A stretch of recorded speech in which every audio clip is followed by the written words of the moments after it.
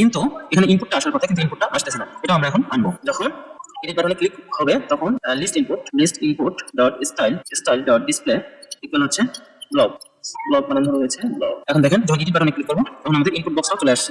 তাই শুধু ইনপুট বক্সটা আসলে হবে না, এই টেক্সটটাও ইনপুটের ভিতরে আসবে এবং টেক্সট যেটা আছে সেটা রিমুভ হয়ে যাবে।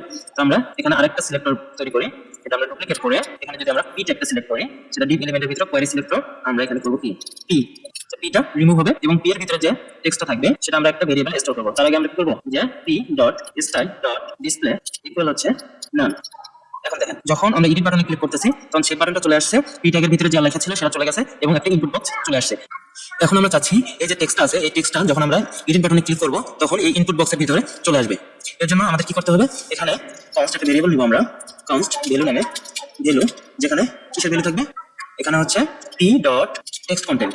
এই টেক্সট কন্টেন্টটা এখানে ভ্যালু আকারে থাকবে এই ভেরিয়েবলের ভিতরে, ভ্যারিয়েবলের ভিতরে। এটাকে আমরা শো করাবো কোথাও, লিস্ট যে ইনপুট আছে এই ইনপুট ডট ভ্যালু ইকুয়াল হচ্ছে ভ্যালু এর ভিতরে থাকবে। এখন যদি আমরা এডিট বাটনে ক্লিক করি তখন সেভ বাটন চলে আসছে, এডিট বাটন রিমুভ হয়ে গেছে, পি ট্যাগের ভিতরে যে টেক্সটটা ছিল এই টেক্সটটা আমাদের ইনপুটের ভিতরে নিউ টেক্সটের ভিতরে চলে আসছে। এখন আমাদের কাজ হচ্ছে এই যে এটা ফোকাস করা, যে লিস্ট ইনপুটটা হবে সাথে সাথে লিস্ট যে ইনপুটটা আছে এটা ডট ফোকাস। এটা যদি আমরা কল করে দিই তখন দেখবেন যে এডিট বাটন আমরা যখন ক্লিক করতেছি এটা ফোকাস হয়ে যাবে অটোমেটিক। তাহলে এডিট বাটনে ক্লিক করি দেখেন যে অটোমেটিক ফোকাসড হয়ে গেছে। তো এটা এখন আমাদের এডিট বাটনের কাজ শেষ।